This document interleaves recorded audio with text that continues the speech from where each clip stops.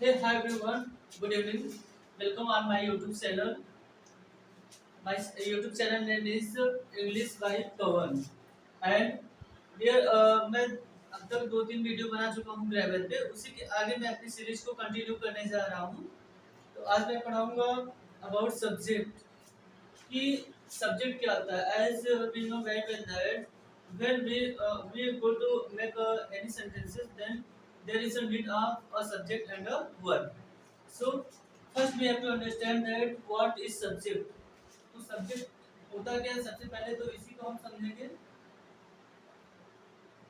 Subject क्या होता है? सब्जेक्ट का मतलब होता है हिंदी में कर्ता, जो करने वाला होता है।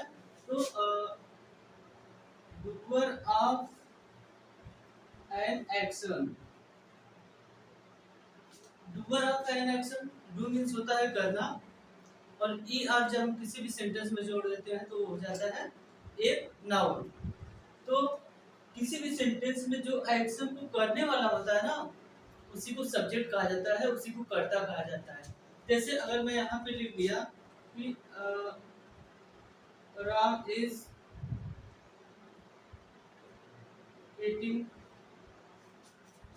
eating the food,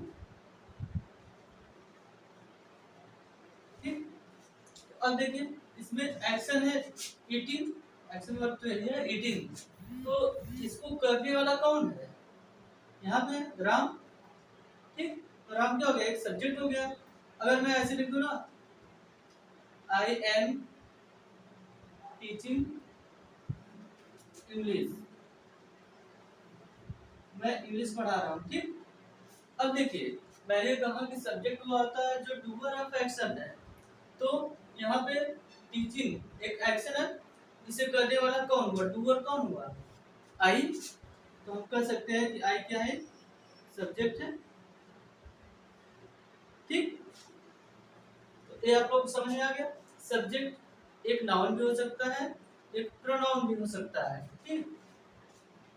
अब इसके बाद हम लोग आते हैं सब्जेक्ट के बाद वर्ब। देखिए वर्ब मीन्स होता है क्रिया, ठीक। अब वर्ब क्या होता है? तो a word that shows action or event, ठीक है। कोई भी ऐसा वर्ड जो किसी एक्शन को दिखाता है, एक्शन मतलब कि एक्टिविटी को दिखाता है, किसी परफॉर्मेंस को दिखाता है, इवेंट को दिखाता है, we can say that state को दिखाता है। स्टेट का मतलब यहाँ पे अवस्था की बात की जा रही है। वो सब क्या होता है? वर्ब होता है। जैसे फिर एक एग्जाम्पल मैं यहाँ पे ले लेता हूँ। जैसे आई एम टीचिंग इंग्लिश, मैं इंग्लिश पढ़ा रहा हूँ, ठीक। हमें पता है सब्जेक्ट हो गया, ठीक। अब कौन सा ऐसा वर्ड है जो ये दिखा रहा है कि वो एक्शन कर रहा है, परफॉर्म कर रहा है? तो ये तो जो करने वाला तो सब्जेक्ट होता है। परफॉर्मेंस टीचिंग के द्वारा दिखाई जा रहे हैं ना। जैसे अगर मैं टीचिंग कर रहा हूँ, मैं कुछ ना कुछ एक्टिविटी कर रहा हूँ।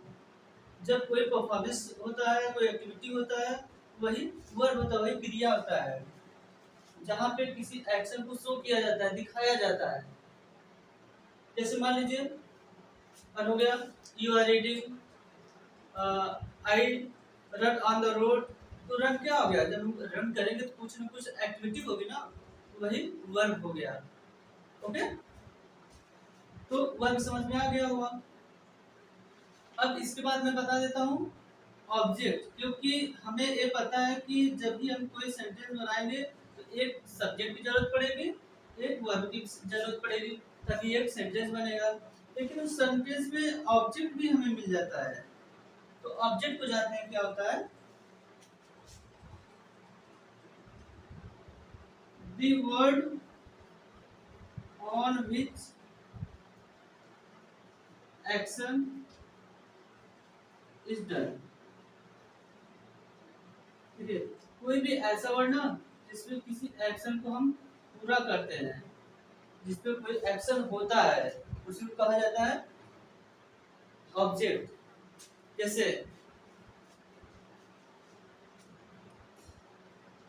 आई एम राइटिंग अ लेटर, ठीक, आई सब्जेक्ट हो गया, आई एम राइटिंग वर्ब हो गया। उसके बाद ऑब्जेक्ट क्या, जैसे कि जो हमारा एक्शन हो रहा है किस पे हो रहा है, लेटर पे तो हो रहा है, इसी पे तो हमारा एक्शन डन हो रहा है ना, क्योंकि हम उस पे क्या कर रहे हैं, लिख रहे हैं। तो जिस किसी चीज पे हमारा एक्शन डन होता है, पूरा होता है, उसी को ऑब्जेक्ट कहते हैं। और दूसरी चीज क्या है कि जब भी किसी ऑब्जेक्ट को जानना होता है तो हम क्या करते हैं ना, वर्ड से क्वेश्चन करते हैं, वर्ड से। तो वर्ड से हम क्वेश्चन करते हैं, वर्ब को लेके हम वर्ड से जब क्वेश्चन करते हैं तो हमारा ऑब्जेक्ट आ जाता है। तो अगर मैं कहूँ आई एम राइटिंग, मैं लिख रहा हूँ, व्हाट, क्या, और लेटर आ गया जो है ऑब्जेक्ट। लेकिन अब इसमें और भी चीजें हैं, किसी भी ऑब्जेक्ट को जानने के लिए वर्ड से क्वेश्चन कर लेंगे, ये भी तो जानना पड़ेगा कि ऑब्जेक्ट कितने काइंड, ऑब्जेक्ट के कितने काइंड होते हैं। तो मैं आप लोगों को बता देता हूँ कि ऑब्जेक्ट के दो काइंड होते हैं। पहला होता है डायरेक्ट और दूसरा होता है इनडायरेक्ट ऑब्जेक्ट। देखिए, डायरेक्ट ऑब्जेक्ट, इनडायरेक्ट ऑब्जेक्ट, ठीक। तो जब कभी भी हम वर्ड से क्वेश्चन करेंगे ना तो हमारा डायरेक्ट ऑब्जेक्ट आता है, अगर होम से क्वेश्चन करेंगे तो इनडायरेक्ट ऑब्जेक्ट आएगा।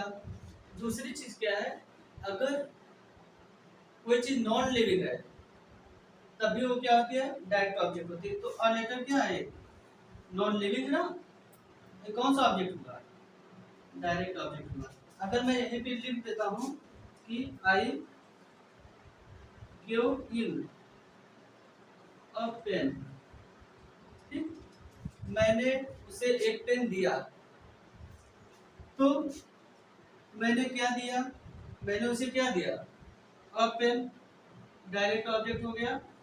पहली चीज वर्ड से क्वेश्चन किए तो अ पेन आ गया। दूसरी चीज क्या है, अ पेन क्या है, नॉन लिविंग है।